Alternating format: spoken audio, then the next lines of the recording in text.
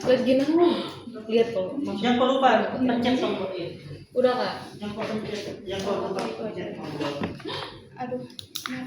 HP aku dulu nih. Masukin aja. Ya.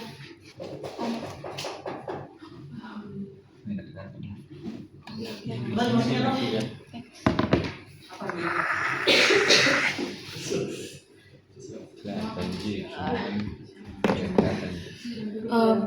Ke sana sedikit. Mundur dikit. Ya gitu.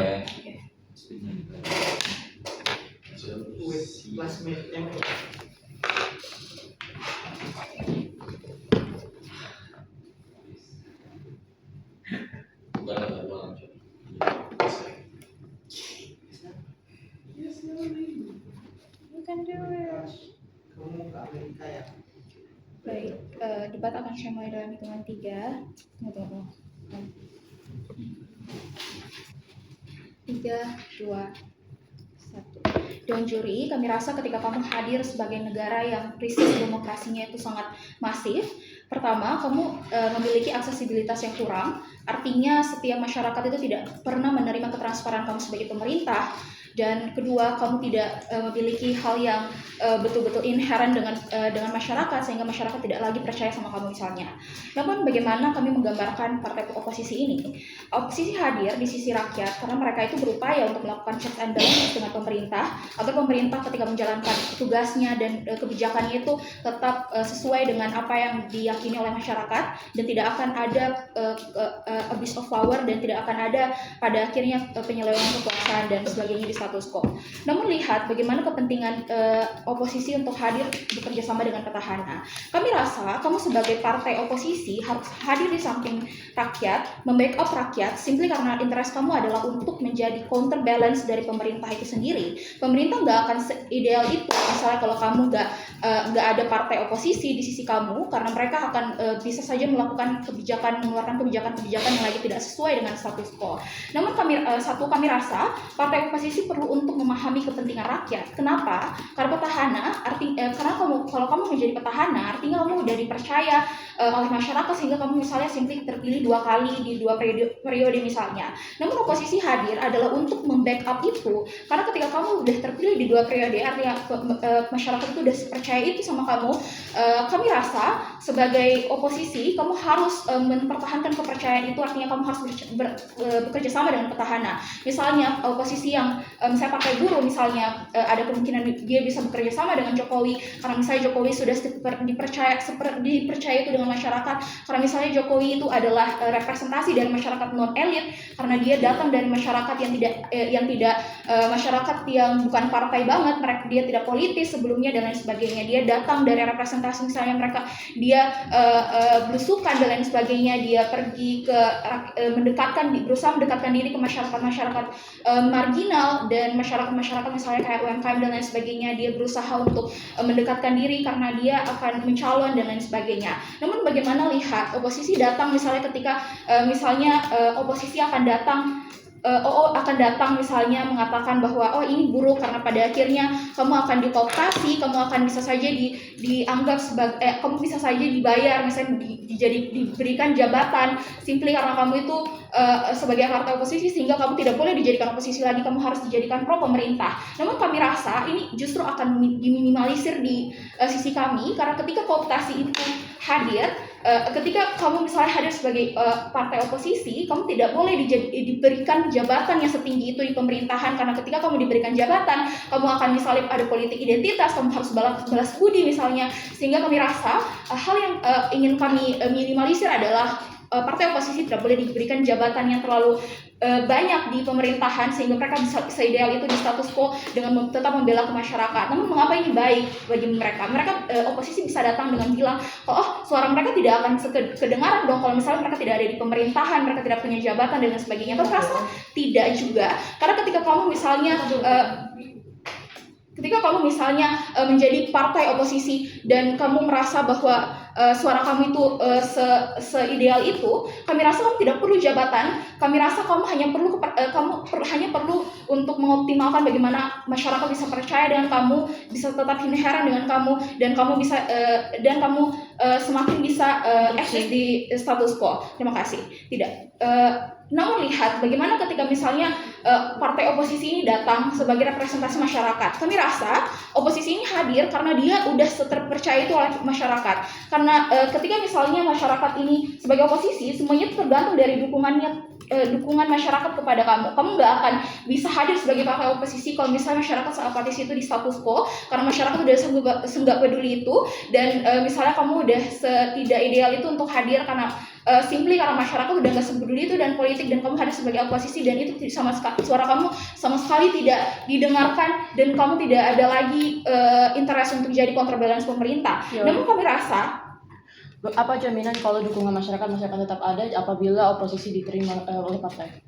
Dukungan masyarakat akan tetap ada di sisi kami karena ini sesimpel masyarakat itu udah tahu kalau aksesibilitas dan demokrasi di Indonesia itu misalnya di suatu negara itu sangat buruk. Mereka harus perlu misalnya counterbalance pemerintah. Mereka harus karena mereka tahu bahwa suara mereka itu senggak berharga dan senggak didengar itu karena mereka itu simply adalah minoritas. Mereka adalah masyarakat marginal dan lain sebagainya misalnya. Sehingga mereka justru butuh suatu partai yang memang bisa membackup mereka, suatu jabatan yang memang bisa membackup mereka, tapi bukan jabatan yang ada langsung dengan pemerintah, karena kami rasa akan terjadi misalnya kooptasi. Sehingga apa? Kami rasa partai oposisi harus hadir dengan ideal di sini, tidak diberikan jabatan yang terlalu tinggi, tapi tidak diberikan jabatan terlalu tinggi karena peluang kooptasi itu akan ada. Namun di sisi lain juga mereka akan diberikan posisi yang seideal itu, misalnya ketika misalnya pemerintah lagi membahas suatu kebijakan misalnya tentang partai buruh dan lain sebagainya, partai oposisi akan dihadirkan untuk misalnya mendengar dan menjadi counterbalance pemerintah ketika misalnya ada suatu kebijakan yang merujuk untuk membunuh rakyat dan membunuh rakyat dan lain sebagainya. Misalnya ada suatu kebijakan yang membuat masyarakat di posisi yang sangat tidak menguntungkan dan membuat masyarakat membuat masyarakat misalnya tidak lagi percaya dengan pemerintah, sehingga oposisi harus menjadi partai utama yang akan mendapatkan keuntungan dengan sebagai oposisi yang memfokuskan untuk meningkatkan aksesibilitas dan transparansi itu sejak awal. Namun kami rasa OO nggak akan hadir di mosi ini dengan posisi yang menguntungkan karena satu, kami rasa dengan partai oposisi artinya kamu misalnya seperti di Korea, artinya kamu memiliki misalnya di DPR kamu punya sayap kiri dan sayap kanan. Kami rasa ketika kamu mempunyai itu, artinya kondisi kamu udah seideal itu, sehingga presiden misalnya lebih mudah untuk dimakzulkan dan lain sebagainya.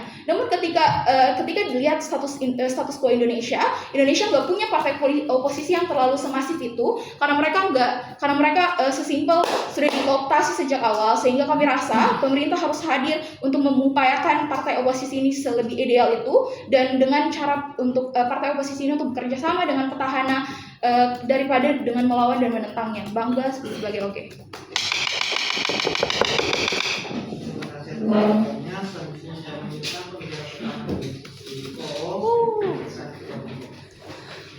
Junior langsung.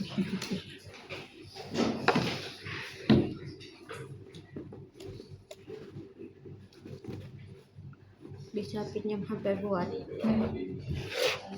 Sambil kamu.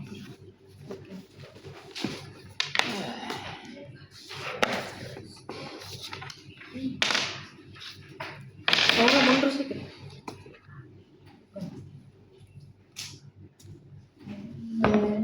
Mulai pidato dalam 3, 2, 1. Semua argumen pemerintah adalah bentuk lahirnya diktator kepada sebuah negara karena mereka membiarkan bahwasanya tidak ada counterbalance yang ideal. Sebenarnya keadaan krisis tidak datang secara serta-merta. Kenapa krisis bisa terjadi? Karena ya ini ulah pemerintahan yang sekarang juga. Ini ulah pemerintahan Jokowi misalnya yang larang orang untuk memberikan kritik kepada presiden, karena kalau kamu kasih kritik bakal dipenjara. Kalau sampai tahap krisis itu artinya banyak protes dari masyarakat. Banyak masyarakat yang merasa ada yang tidak beres dari ini dan saya tidak suka hal ini untuk terjadi. Itulah kenapa sebenarnya penyebab penyebab krisis demokrasi? Ya petahananya, bukan bagaimana negaranya dalam keseluruhan. Karena petahananya sudah sangat korup untuk memberikan kebijakan-kebijakan yang tidak rasional. Tapi sebelum itu 3 pembingkaian. 1, bagaimana sebenarnya bentuk krisis demokrasi ini? 1, negara tunduk pada kapitalisme. Kebijakan-kebijakan akan sangat menyesuaikan kepada company-company. Seperti di Papua sana diizinkan untuk adanya tambang misalnya. Tapi 2, tidak ada kebebasan berekspresi, berpendapat dan berhimpun. Ketika kamu berekspresi, kamu akan dikirimkan kepala babi ke kantormu. Atau ketika kamu berekspresi, kamu akan dikecam karena dianggap mencatut nama polisi sehingga identitasmu dibuka padahal kamu seorang artis yang anonim misalnya. Tapi 3, representasi yang ada di negara-negara krisis demokrasi itu buruk. Artinya representasinya ada cuman jadi boneka saja supaya ada representasi, suara mereka tidak didengar. Tapi yang kedua, karena ini masih aktor, mari analisis dulu apa sebenarnya interest dari partai oposisi. 1, tentunya mereka mau untuk dipilih masyarakat karena mereka tentunya tidak mau untuk selalu berada di bagian yang di belakang-belakang saja. Mereka tidak akan pernah puas dengan jabatan wakil menteri saja. Mereka mau aim yang lebih dengan jabatan menteri, jabatan presiden, jabatan ketua DPR. Mereka tidak mau dengan jabatan staf khusus saja. Tapi 2, mereka entitas yang paling objektif dan idealis di mata masyarakat. Karena mereka lah yang mampu menjadi penyelamat masyarakat. Karena brandingnya di masyarakat, mereka tidak setuju dengan pemerintah. Jadi semua kejadian-kejadian buruk yang pemerintah catat, apa kejadian buruk yang pemerintah buat akan dicatat oleh mereka karena pemerintahan saat ini sangat opresif. Sehingga karakterisasi mereka di masyarakat adalah penyelamat. Karakterisasi mereka di masyarakat adalah kita bisa bergantung kepada mereka dan menyuarakan mereka. Itu artinya atensi sangat tinggi. Makanya manfaatkan atensinya dengan melawan pemerintah yang opresif, bukan malah bekerja sama dengan pemerintah opresif dan kita kehilangan suara-suara yang sangat potensial untuk selanjutnya. Tapi untuk pemilu selanjutnya. Tapi 3, bagaimana bentuk perlawanannya? Jangan bayangkan perlawanannya kita bunuh-bunuhan dengan partai petahana, karena perlawanannya bentuknya adalah kami akan secara aktif kritik kebijakan yang merugikan. RUU TNI yang sama sekali tidak memberikan manfaat kepada masyarakat akan dikritik habis-habisan. Kalau bisa sampai dibatalkan, sampai sebelum dia disahkan jadi undang-undang. Tapi 2, karena kita punya branding sebagai penyelamat masyarakat, kita akan turun ke jalan dengan aspirasi masyarakat, apa yang mereka inginkan, apa yang mereka butuhkan. Tapi 3, di rapat terbuka DPR di mana semua mata tertuju kepada kita akan akan tolak segala kenaikan-kenaikan. Inilah yang membuat kita lebih didengar oleh masyarakat. Tapi sebelum itu, silakan Mariam. Kalau kamu mau demonstrasi dan turun ke jalan, artinya dialog yang tercipta pemerintah tidak akan pernah untuk linear dengan kepentinganmu, karena dialog atau solusi dari pemerintah hanya untuk meredahkan amarahmu saja karena kamu secara aktif menunjukkannya. Saya nggak pernah bilang saya mau demonstrasi. Saya bilang saya mau turun ke masyarakat dengan aspirasi mereka.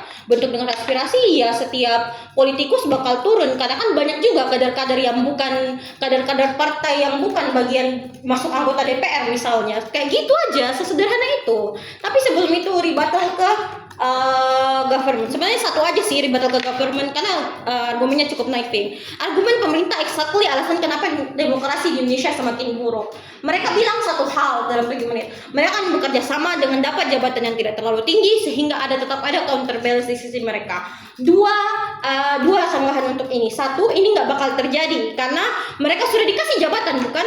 Sehingga posisimu sebagai oposisi yang sebenarnya tidak punya kuasa terlalu besar, nggak bisa menuntut lebih banyak untuk dapat jabatan menteri. Kamu harus cukup puas dengan jabatan staf khusus yang harus ikut-ikut sebagai tangan kanan menteri misalnya. Sehingga kalaupun kalaupun kamu tidak setuju dengan pemerintah, ya jabatan-jabatan kecil-kecil ini bakal dengan mudah diambil oleh darimu. Tapi 2, kalaupun terjadi bentuknya juga bare minimum. Tapi sebelum itu masuk ke dalam argumentasi bagaimana menentang kekuasaan akan raup suara yang lebih banyak dan ini lebih sustain. 1, di konteks krisis demokrasi semua mata berharap ke kamu. Kamu dianggap aktor rasional. Ini bisa merebut suara kalangan berpendidikan karena kamu akan selalu tidak setuju dengan pemerintahan dan selalu mencari cara bagaimana supaya ini tetap menjadi ideal. Tapi 2, negara krisis demokrasi itu negaranya korup, banyak merugikan masyarakat karena mereka tunduk pada kepentingan perusahaan. Karena tunduk pada kepentingan perusahaan, mereka tidak bisa pasang pajak tinggi subsidi kepada perusahaan. Ini artinya salah satunya cara mereka untuk dapat uang adalah persulit rakyat kecil, cabut subsidi, harga BBM naik, harga sembako naik. Itu artinya yang paling kena bukan masyarakat besarnya, tapi masyarakat miskinnya. Makanya pasnya PDIP dapat banyak suara di 2014 karena dia protes yang besar pas BBM naik seharga 3.000. Karena dampaknya kepada seluruh masyarakat, bahkan masyarakat kecil. Ini juga bentuk manipulasi sehat yang akan kami lakukan karena masyarakat dibantu menyuarakan suaranya secara ideal. Hal ini tidak akan pernah terjadi di sisi kamu. Komparasinya adalah karena kamu kerjasama dengan pemerintah, dapat jabatan dari pemerintah, kamu tidak bisa protes dengan segala kebijakannya. Itu kenapa RUU ini nggak ada yang protes, simplikan semuanya udah dapat kursinya masing-masing, semua akan dapat jabatannya masing-masing. Tapi 3, soal transparansi dan akuntabilitas sebagai sarana demokrasi yang ideal akan tercapai di sisi kami. Karena kami yang akan pertanyakan akuntabilitas dari pemerintah di legislatif akan seimbang partai oposisi dan partai pemerintah sehingga bentuk komunikasinya lebih sehat. Ini adalah bentuk check and balance yang sebenarnya harus terjadi. Komparasinya di sisi kamu check and balance tidak akan pernah bisa terjadi. Dan di sisi kami ada aktor lain yang bakal beritahan bentuk check and balance yang kami lakukan karena ada aktivis yang bakal dukung kami, ada masyarakat yang bakal dukung kami. Lagi pula partai oposisi juga tidak sedikit itu. Misalnya sekarang idealnya harusnya kita punya PDIP, PKS dan lain sebagainya. Maka dari itu bangga untuk menentang petahana. Selanjutnya saya panggilkan pembicara kedua dari sisi government untuk menyampaikan diri.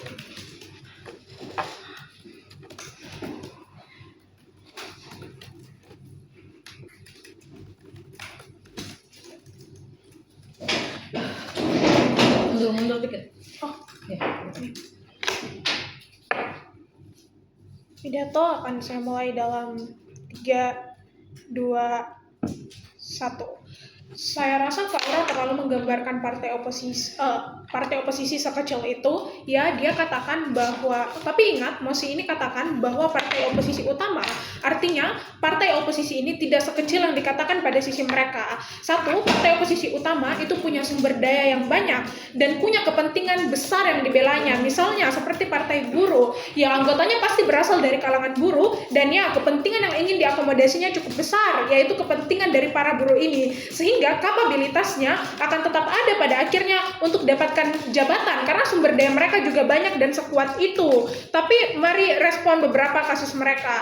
Mereka katakan bahwa saya juga tidak mengerti sebenarnya bagaimana bentuk aktif yang dikatakan pada sisi mereka. Mereka katakan kalau politikus itu cuma bakal turun ke jalan, simply hanya seperti itu. Tapi mereka juga bawa contohnya misalnya seperti PDIP yang terang-terangan itu demonstrasi turun ke jalan dengan kecam segala kebijakan yang merugikan masyarakat kecil. Jadi bentuk tidak secara aktif yang ada pada sisi mereka juga sangat tidak jelas. Pertama, kalau politikusnya hanya ingin turun ke jalan mendengarkan aspirasi masyarakat, maka sebenarnya deltanya atau pada akhirnya kepentingannya atau interest dari partai politiknya juga tidak akan jalan karena mereka hanya akan turun dan mereka tidak punya power untuk membela kepentingannya sendiri, maka tidak akan terjadi. Tapi kalaupun kasus pada sisi mereka ketika mereka mau demonstrasi menunjukkannya secara terang-terangan, saya rasa kekuasaan dan untuk mempertahankan kekuasaanmu akan sangat sulit karena petahana atau pemerintah yang memerintah pada saat itu akan makin membenci partai oposisi ini sehingga segala interest dan segala kepentinganmu tidak akan pernah diakomodasi pada sisi mereka. Kami akan jelaskan kenapa nantinya akan jauh lebih baik untuk membela kepentinganmu ketika kamu memilih untuk lebih bekerja sama kepada sisi pemerintah. Tapi mari bahas kenapa sebenarnya. Pertama, hal yang paling penting adalah kenapa ketika mereka masuk ke dalam masuk dan bekerja sama dengan pemerintah, interest mereka itu akan tetap diakomodasi. Karena begini, pemerintah yang sedang memerintah saat ini seperti eksekutif misalnya atau seperti Jokowi, mereka butuh suara dari rakyat. Makanya ketika pada akhirnya partai oposisi masuk, ya mereka tidak akan tidak ada insentif untuk mengkooptasi mereka secara besar-besaran. Karena ketika agenda yang coba disuarakan oleh partai oposisi ini, misalkan seperti partai buruh, tidak diakomodasi sama pemerintah, maka suara mereka mereka dari orang-orang buruh misalnya itu akan hilang, dan masyarakat lain itu juga akan melihat bahwa pemerintah itu saat ini sedang mengopresi masyarakat buruh misalnya. Makanya ketika partai oposisi hadir dan bekerja sama dengan pemerintah, ia tidak akan dikooptasi dan ada insentif dari pemerintah untuk mau bekerja sama dengan mereka, sehingga segala bentuk interest ataupun kepentingan yang diinginkan oleh partai oposisi ini akan ada pada akhirnya. Tapi mari bahas mengapa ini akan jauh lebih baik ketika mereka itu lebih memilih untuk bekerja sama dengan petahana. Tapi seperti apa sebenarnya bentuk kerjasama yang akan hadir pada sisi mereka? Ya, ketika pemerintah merumuskan suatu kebijakan, mereka dilibatkan dalam pengambilan keputusan itu, sehingga pertimbangan dan kepentingan mereka tidak akan direduksi dan dibiarkan hilang begitu saja. Kenapa ini penting dan sesuai dengan interest mereka? Saya sudah jelaskan kalau partai oposisi utama itu tidak sekecil itu. Mereka punya sumber daya yang besar dan ada kepentingan kelompok tertentu yang juga ingin mereka akomodasi, sehingga ketika oposisi utama mau dapatkan kekuasaan, maka hal yang paling penting adalah pastikan bahwa orang-orang yang sudah memilihmu selama ini itu akan tetap ada pada dirimu. Itulah mengapa ya, silakan. Kalau memang oposisi utama memiliki kemampuan sebesar itu, kenapa mereka harus bekerja sama dengan pemerintahan dan kenapa tidak melawan saja dari luar? Karena kalau kamu tidak bekerja sama dengan pemerintah, maka segala hal akan sia-sia, karena orang yang membuat kebijakan, orang yang akan mengeksekusi kebijakan ya pemerintah itu juga. Jadi walaupun kamu berkoar-koar di luar, kalaupun kamu turun ke jalan, tapi kalau pemerintah tidak membuat kebijakannya, ya sia-sia saja dong. Kepentinganmu tidak akan pernah untuk diakomodasi sama mereka. Itulah mengapa argumentasi kedua ini akan sangat penting, karena segala proses kebijakan publik itu dibuat oleh pemerintah dari legislasi dan eksekutif. Makanya ketika tidak ada bentuk kerjasama langsung terhadap pemerintah, maka seluruh upaya yang dikatakan oleh OO itu akan sia-sia saja. Pemerintah mungkin hanya akan melakukan dialog kepadamu, coba dengarkan apa yang ingin kamu suarakan, tapi ya pada akhirnya tidak akan pernah untuk direalisasikan. Yang penting dialognya sudah tercapai dan ya, pemerintah sudah merasa untuk mendengarkan aspirasimu. Tapi apa yang akan terjadi pada sisi kami? Ketika kamu bekerja sama dengan jabatan yang kamu gunakan misalnya, kepentinganmu itu akan sangat mungkin untuk diakomodasi sama pemerintah, karena bentuk kerjasama langsung dengan pemerintahnya dan ya tidak menentangnya di luar seperti yang dikatakan sama OO.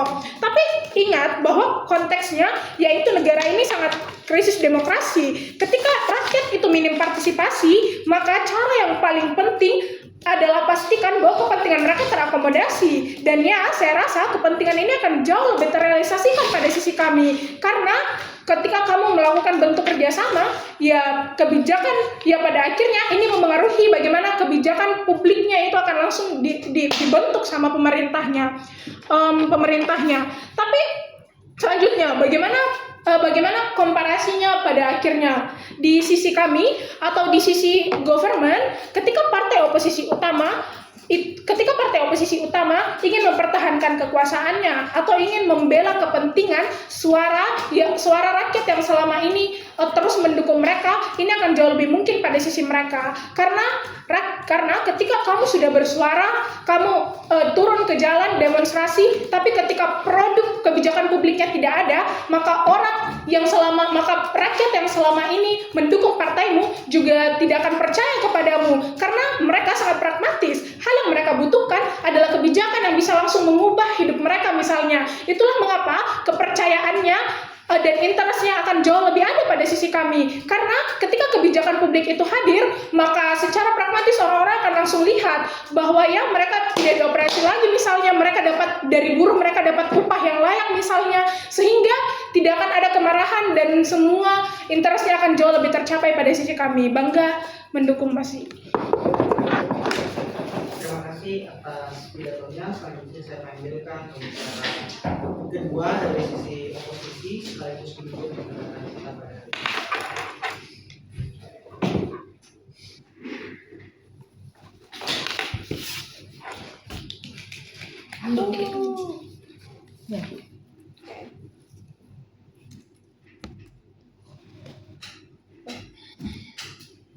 Pidato akan saya mulai dalam 3, 2, 1. Negara dengan krisis demokrasi itu eksis di status quo karena para oposisi kritisi memilih mati karena kepentingannya dalam jangka panjang, jangka pendek itu lebih diperjuangkan dibanding eksistensinya secara jangka panjang. Tapi semua argumentasi pro itu bisa terwujud jika sebenarnya demokrasi itu eksis. Tapi lihat slide info itu bilang bahwa krisis demokrasi, sehingga jangan kredit mereka. Tapi beberapa respon juri. 1, masalah dia yang ngeklaim aura bilang partai kecil. 1, kami tidak pernah mengatakan partai politik itu kecil. Tapi 2, kami juga jelaskan bagaimana mekanisme check and balance itu besar di status quo, sehingga pada akhirnya penggambaran ini menunjukkan bahwa partai politiknya itu utama atau besar juri. Tapi 2, bentuk perlawanan mereka yang coba dipertanyakan ke sisi kami. Kami sudah jelaskan 1, juri, ini akan secara aktif kritik kebijakan mereka, tapi perlawanannya ini juga akan sangat terdukung karena akan turut dengan aspirasi ketika misalnya terbuka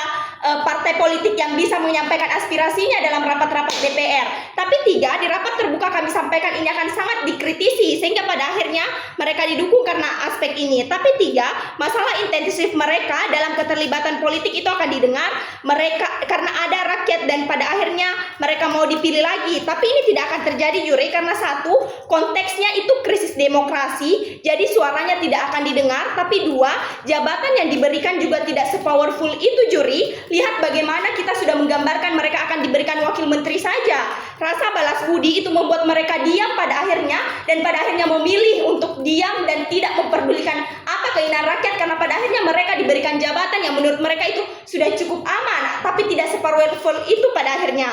Tapi pun dengan itu kami sadar bahwa pada akhirnya kebijakan itu akan buruk di status quo karena pada akhirnya tidak ada mekanisme untuk mereka bisa mereduksi masalah-masalah. Tidak akan ada orang yang berani untuk menyampaikan ini secara terbuka karena tidak ada partai politik yang kritis lagi karena suara mereka sudah dibeli sedari awal. Tapi mereka juga bilang satu-satunya yang bisa dibuktikan adalah bagaimana kebijakan itu berubah juri. 1, kami rasa kebijakan itu akan diupayakan itu berubah di sisi kami karena tentu kita akan membuka diskusi-diskusi yang sifatnya itu terbuka. Ketika ada rapat terbuka yang disampaikan dengan kritisi itu lebih baik, dan pada akhirnya kebijakan-kebijakan itu tidak akan diundangkan atau tidak akan diupayakan untuk hadir ketika itu buruk di status quo. Tapi bagaimana goals sebagai partai oposisi? 1, oke. Bagaimana rapat terbuka bisa terjadi kalau krisis demokrasi ada? Kami rasa ini formalitas yang harus dirasakan semua orang. Ini meskipun misalnya kritis demokrasi itu kurang, tapi pada akhirnya harus tetap dijalankan, sehingga pada akhirnya kamu akan lihat bagaimana partai politik itu semua menyampaikan aspirasinya di situ, bukan? Tapi bagaimana sebenarnya goal sebagai partai oposisi? 1, mereka mau dipilih di pemilihan selanjutnya, tentu mereka akan berusaha untuk menarik interest lebih besar. Tapi 2, dia mau untuk dia diperlihatkan sebagai orang yang membela masyarakat, karena kamu tahu suara yang akan sangat diperhitungkan adalah masyarakat. Jadi pada akhirnya upaya-upaya yang mereka buat adalah bagaimana menarik interest masyarakat juga. Tapi bagaimana melawan dan menentang itu lebih baik untuk menarik atensi masyarakat. 1, Aura sudah menjelaskan bagaimana perhatian masyarakat itu akan didorong ketika rakyat merasa atensi partai politik ini sejalan dengan perlawanan kebijakan yang mereka lakukan. Tapi 2, kami rasa penyatuan partai oposisi itu didukung juga oleh rakyat lain, mereka yang merasa kebijakan tahun pemerintahan ini tidak menguntungkan dia, sehingga interest untuk dibantu tahun berikutnya itu didapat. Karena misalnya dana kampanye itu akan lebih diagresifkan ke arah hal tersebut, juga tetap akan ada oligarki baru yang akan membantumu untuk terpilih. Tapi 2, legitimasi dukungan itu didapatkan lebih besar di kamu, terlebih dinilai kamulah penyelamat yang telah memberikan banyak bantuan kepada rakyat. Tapi 2, lihat mosinya itu oposisi utama. Jadi dia sudah dipikir masyarakat sebagai orang yang menolak pemerintahan. Berjalan saat kamu tiba-tiba berubah pandangan, apa hasilnya? Kamu akan dipandang orang yang haus kekuasaan saja atau mudah dikontrol oleh pemerintah baru, sehingga pada akhirnya eksistensi kamu dianggap mati atau redup oleh pemerintah, oleh masyarakat juga. Tapi bagaimana memilih bekerja sama itu buruk juri. 1, partai oposisi itu diharapkan jadi penyeimbang. Jadi kalau akhirnya mereka bekerja sama, apa impactnya? 1, terbentuk negara yang otoritas atau diktator. Seterusnya pemerintahan itu akan dikontrol oleh satu pihak, oleh orang yang berhasil membeli seluruh orang-orang yang berhasil mereka anggap sebagai partai oposisi. Tapi dua, oke, Apa jaminan kalau negara akan otomatis menjadi diktatorship apabila oposisi bekerja sama dengan pemerintahan? tentu diktator karena pada akhirnya mereka berhasil membeli banyak orang. Mereka merasa bahwa dia sepowerful itu. Mereka dianggap bahwa saya memiliki legitimasi untuk menarik semua orang sependapat dengan saya, sehingganya diktator atau otoriter itu akan hadir di sisi proposisi. Tapi dua, selamanya yang akan dipilih selanjutnya adalah orang-orang yang punya kedekatan lebih, karena dia dikontrol oleh power pemerintahan sebelumnya, sehingga suara yang akan sangat diperhatikan itu misalnya pemerintahan petahana yang sedang berjalan ini. Tapi dua, selamanya kamu akan jadi bayang-bayang saja. Lihat bagaimana semua kebijakan yang coba kamu mau eksekusi atau coba kamu pikirkan itu akan diklaim sebagai pemerintahan di era ini saja, karena pada akhirnya semua kebijakan itu diklaim sebagai milik presiden yang sedang berjalan, bukan sebagai orang yang sebagai individu yang sedang kamu upayakan untuk perbaikannya, bukan. Tapi pun jabatanmu diberikan di atas itu, misal kamu diusungkan jadi presiden selanjutnya, ini tetap buruk karena ada politik balas budi. Karena satu, kamu tetap harus mengikuti perintah partai politik yang sedang mengusungmu atau yang sedang memperjuangkan atau petahana yang sedang berdiri saat ini, karena kamu merasa bahwa saya dapat terpilih atas dukungan yang diberikan, atas interest yang diberikan oleh partai politik yang mendukung saya, bukan pada akhirnya atas usahamu sendiri. Tapi dua, eksistensi pemerintahanmu itu tidak bernilai karena dianggap dijadikan robot di mata masyarakat, karena kamu sudah dinilai sedari awal oleh masyarakat bahwa dia tidak extend di sisi oposisi. Maka pada akhirnya kamu akan dinilai bahwa dia mudah untuk dibeli suara mereka, mudah untuk dialihkan, dan pada akhirnya tidak akan ada orang yang interest padamu lagi. Tapi dampaknya adalah partai oposisi akan merasakan dampak jangka pendeknya saja di sisi proposisi. Tapi di sisi kami, dampak kepanjangan itu akan dinilai lebih besar karena mereka akan dianggap memiliki kritik, diliput oleh media lebih besar seperti yang disampaikan oleh Aura, sehingga tidak mengorbankan rakyatnya, dianggap membela rakyat kecil atau kepentingannya, sehingga eksistensi untuk hidup bahkan di mata petahana itu lebih besar di sisi kami, sehingga untuk alasan itu menangkan oposisi.